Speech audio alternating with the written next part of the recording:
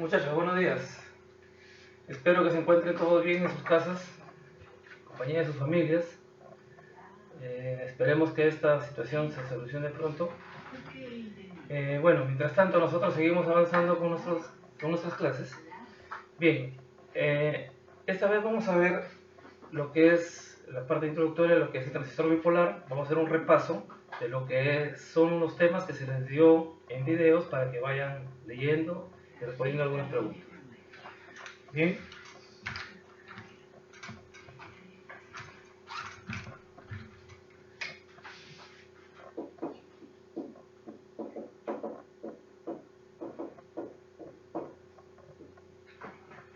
Cuando habíamos visto el diodo, habíamos visto que el diodo se formaba de una unión P con una unión N, ¿no es cierto? Dos electrodos, electrodo positivo, electrodo negativo, diodo, ¿sí? Pero ahora, ¿qué ocurre si nosotros a esa unión PN le agregamos una unión N y en el otro caso le agregamos una unión P? En ese caso, vamos a tener, por ejemplo,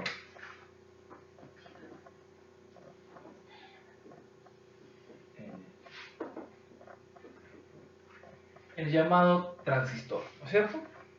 El transistor tenía tres terminales: emisor, base y colector. Algo que se había observado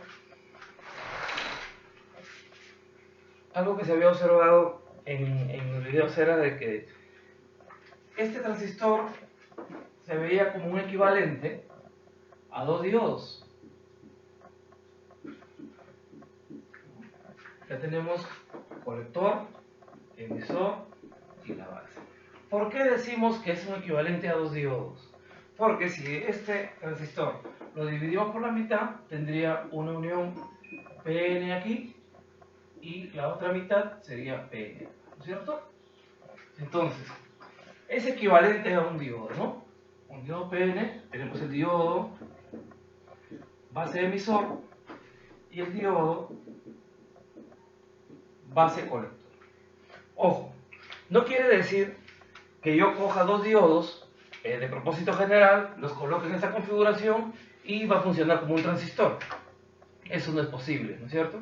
La idea es que es un equivalente para facilitarnos ciertos análisis o facilitarnos la tarea dentro del análisis de transistores, ¿sí? Entonces, aclarado esto, veamos lo que denominamos el sentido de las corrientes en un diodo, ¿no? En un transistor. Por ejemplo, en un transistor NPN, su símbolo, el PNP, símbolo es así, ¿cierto? Seguimos teniendo base, emisor, colector, base, emisor, colector. Si nos damos cuenta, la nomenclatura en un transistor NPN es con el emisor con la flechita hacia afuera del transistor. En este caso, esa flechita me indica el sentido de la corriente convencional, la corriente de emisor, ¿no? Corriente convencional, corriente de base, corriente de colector. En el caso de un transistor PNP, la corriente convencional sería así: corriente de emisor, corriente de base y corriente de colector. Recordemos qué es la corriente convencional. La corriente convencional era lo que su nombre dice, por convención. Si nosotros tenemos un circuito, ¿no?, decimos que la corriente va en sentido horario, pero en realidad nosotros sabemos que el flujo de electrones va al lado negativo. Este es el flujo real y este es el flujo convencional, ¿no es cierto? Entonces, en los transistores, lo que nosotros vemos es el flujo convencional. Ahora, más adelante vamos a ver que para que el transistor trabaje en su zona de operación, vamos a tener que el diodo base emisor debe estar polarizado en directa y el diodo base colector debe estar polarizado en inversa, ¿ya? Ahora vamos a hacer un pequeño esquema.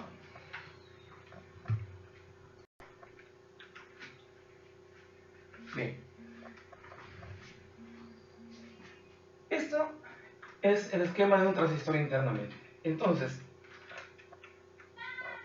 esta es la forma de polarizar un transistor teniendo que el diodo base emisor esté en directa y el diodo base colector en inversa. Bueno, este circuito es el equivalente a un circuito de polarización por base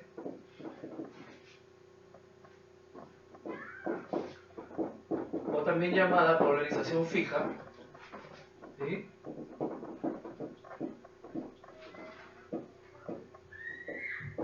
Bien. Acá tenemos base, positivo, base al positivo, el colector al positivo del VCC, colector al positivo del VCC, las tierras comunes, el emisor a tierra. Por lo tanto, esta es una configuración en emisor común, ¿sí? Porque el común en la tierra los tres. Bien.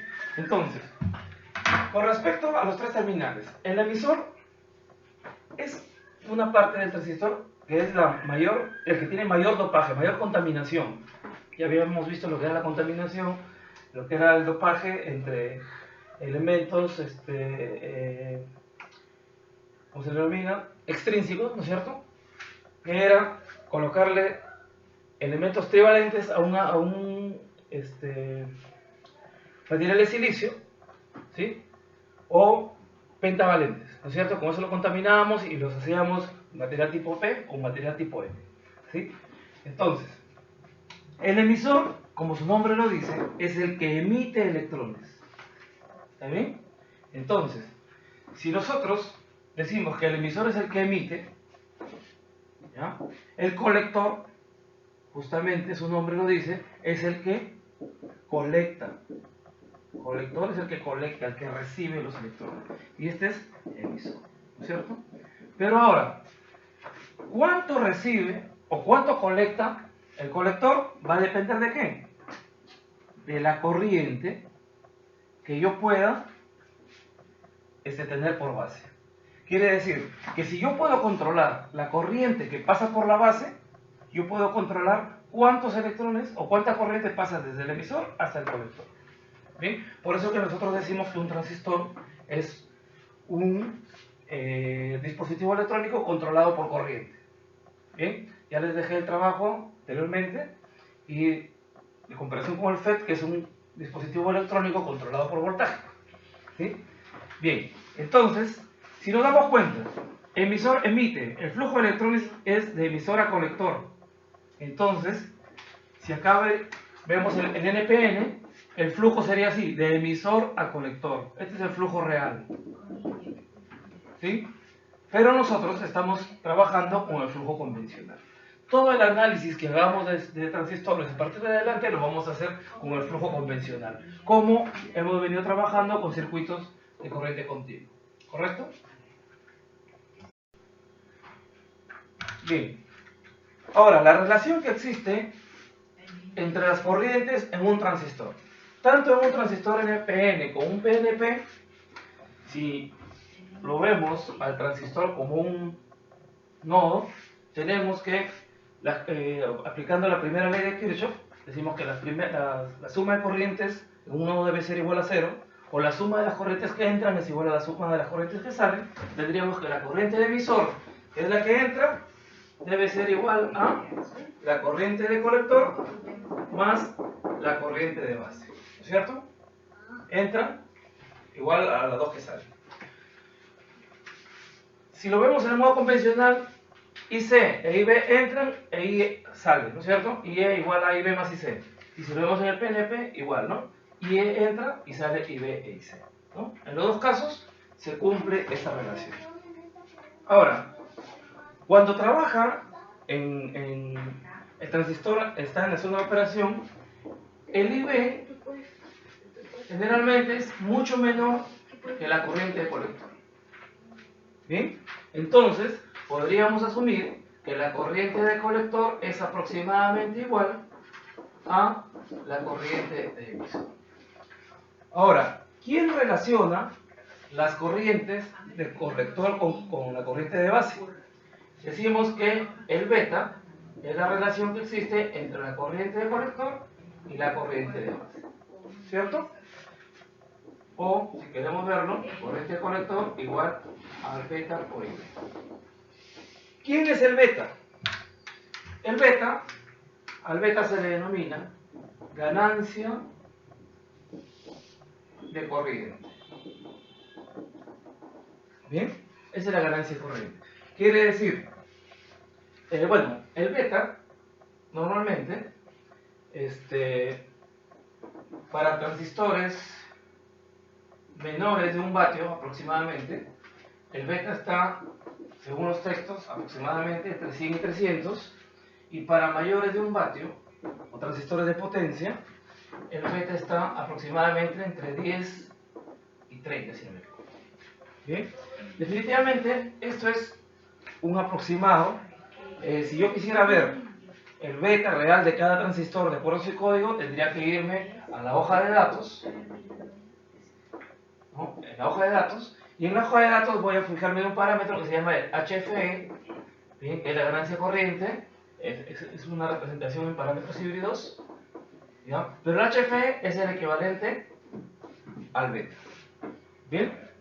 Entonces, imaginemos, si yo tengo, por decir, una corriente de 10 microamperios,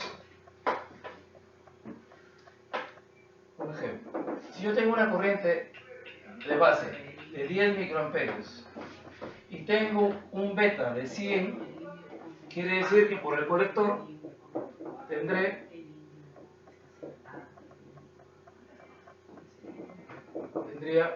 1000 microamperios, lo que es lo mismo decir 1 miliamperio. Entonces, quiere decir que al colector le está llegando una corriente de 1 miliamperio, mientras por la base está pasando 10 microamperios. Ahora, si el transistor tuviera otra característica, por ejemplo, no tuviera el beta 100, tuviera el beta 200, simplemente acá saldría 2 miliamperios. Entonces va a depender del transistor que yo coloque. ¿Bien?